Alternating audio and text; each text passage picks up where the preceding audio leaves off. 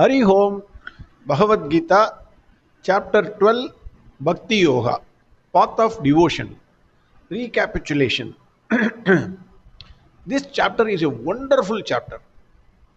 Normally, an average person gets confused with regard to worship. Whom to worship? Which God to worship? That is one confusion.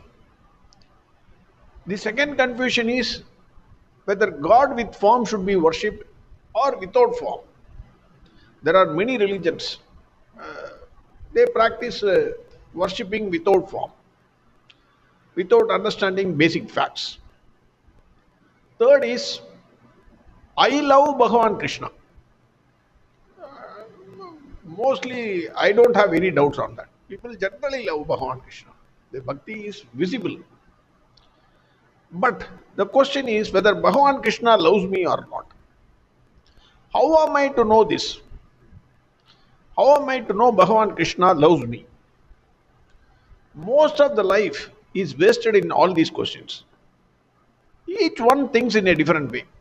When it comes to worshipping Bhagavan Krishna, each one has his own way of worshipping.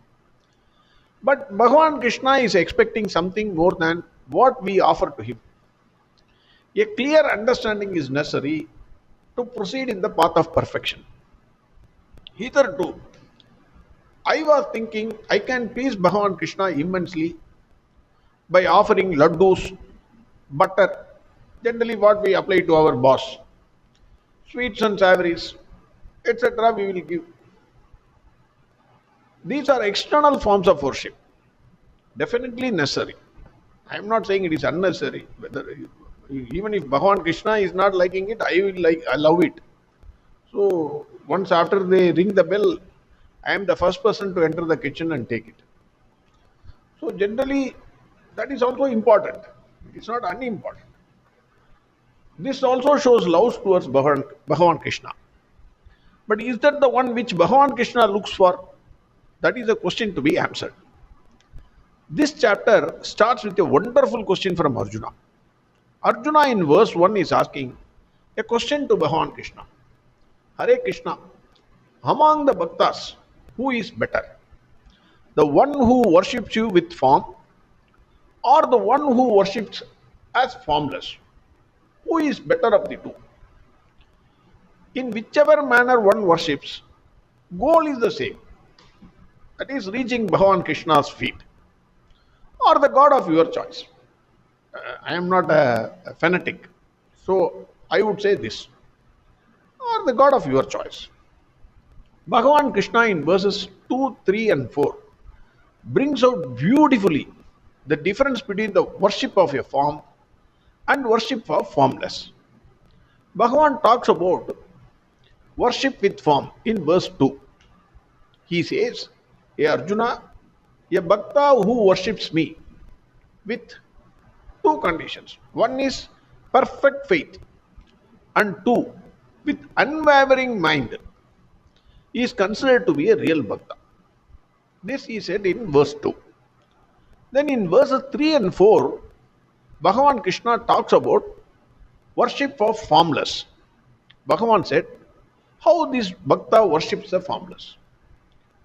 He worships Bhagavan as imperishable, indefinable, unmanifest, omnipresent, unthinkable, unchangeable, immovable, and eternal. See the conditions of worshipping the formless Bhagavan. This bhakta has controlled all his senses. His balance of mind is not affected in all situations or challenges of life. He rejoices ever in the welfare of this world. These are the conditions for the person who worships formless.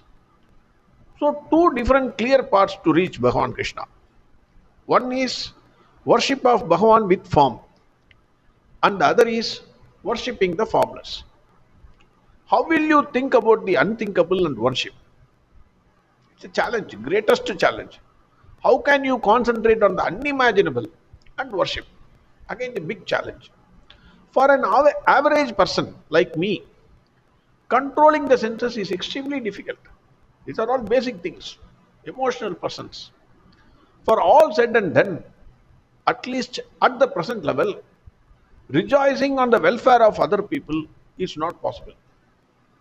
Average persons. If we don't get envy about the success of others, that itself is a great achievement. Bhagavan understands all these things.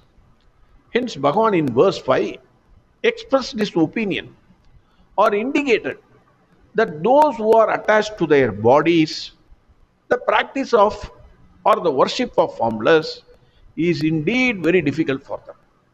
Because all our attachments of this world is only through this body. Otherwise, it is not possible.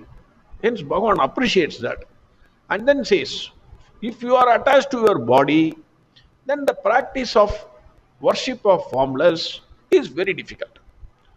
Bhagavan in verses 6 and 7 gives a promise to Arjuna and through him to all of us. I am the savior of my bhakta. Not to worry, I am there. Who will give this kind of promise? Bhagavan Krishna gives. Bhagavan said, hey Arjuna, one who worships me by renouncing all the actions to me. One. Two, keeping me as his goal.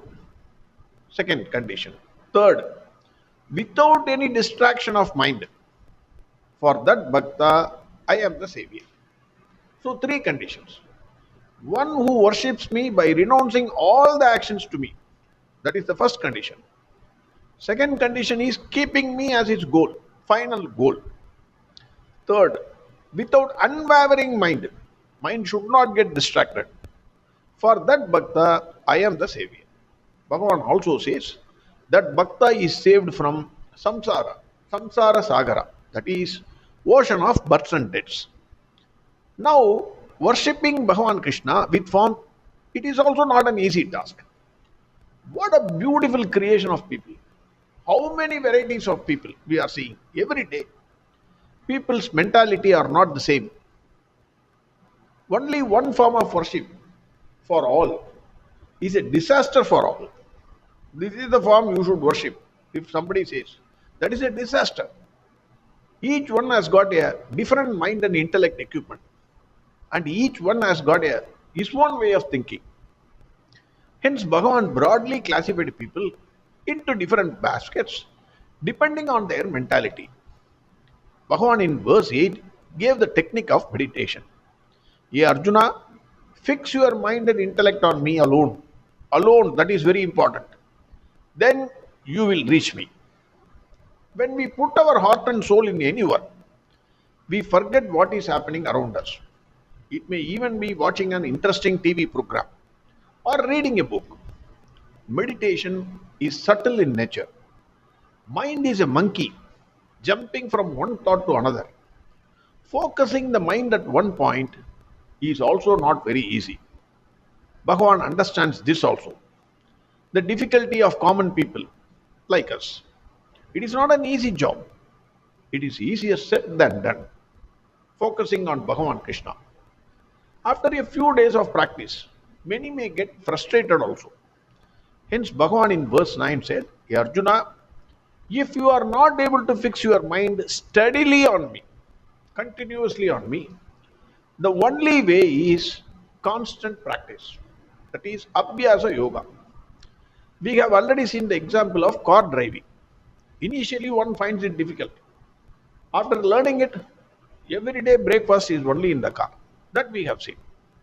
Then Bhagavan understands people may not even have time to practice. Last year, my New Year resolution was to go to gym and reduce weight. Paid money for whole year, only first a few days, then over. Last year, somebody said nothing like yoga, so I joined yoga. Paid money for whole year, finished. Consistent practice is also difficult for many people. Initially, they will, sir, I will do it, I will do it. After that, it will become difficult. Hence, Bhagavan said in verse 10, "Hey Arjuna, if Abhyasa Yoga is not possible, then at least do all actions for and on my behalf. By doing actions for my sake or on my behalf, you can reach me." Bhagavan says, go into this world, do whatever you want to do in tune with Dharma. Whatever you want to do. But it should be in tune with Dharma, within code. Without against Dharma, you forget Bhagavan. But renounce the mentality of I do or I perform. That is most important. Again, Bhagavan understands that even renouncing the actions may be very difficult for people. Renouncing the ego is not very easy. Most of us, it is not possible. I did it. Sir, you know who I am? I have got powerful connections. Even a small fellow, today the world you can see, a smallest fellow puts posters for removing a small stone on the road, as if he has done some great sacrifice. Hence, Bhagavan in verse 11 said, even if you are not able to renounce the actions, that is your ego, at least renounce the results of actions, fruits of actions to me. Bhagavan said, you go and perform the actions in tune with Dharma. But once you perform the action, understand the result is not in your hands. Hence, don't get extreme joy when you expect whatever happens as per your expectation. Or don't get depressed when the result is opposite of what you expect. Renounce the results to me. That is what Bhagavan Krishna said. Then Bhagavan says something to make people think. This is very, very interesting verse. Bhagavan in verse 12 said, knowledge is better than practice. Meditation is better than knowledge. And renouncing the fruits of actions is better than meditation. Bhagavan immediately answered a question that might have risen in the mind of Arjuna. Why renouncing the fruits of action is better than even meditation?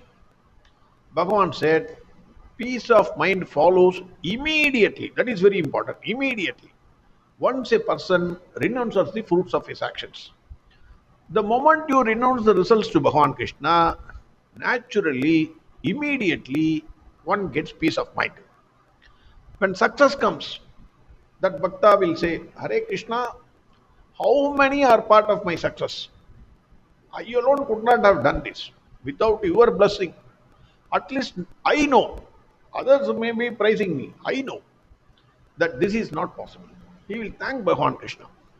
Suppose failure comes, he will again thank Bhagavan Krishna. Hare Krishna, you have decided that this is not the correct course for me. You have something better for me. I accept this result. You get complete peace of mind, equanimity of mind, which is the foundation, basic structure for climbing the ladder of perfection. The ladder to perfection is not very easy, but it is not impossible. That we must appreciate. It is not easy, but not impossible. People generally like roller coaster rides. Any person who is interested in maths or any sports, he plays, he wants to show his best. A greatest tennis player, for example, he may not be interested in playing with me. He wants real challenge. So a bhakta also like the challenges, the real challenges, which are nothing but values of life, which he has to maintain in his life. Bhagavan in verses 13 to 19 prescribed the values of life or the principles of living, that is, dharma of life, which a bhakta should adopt while living in this world. Bhagavan says the values.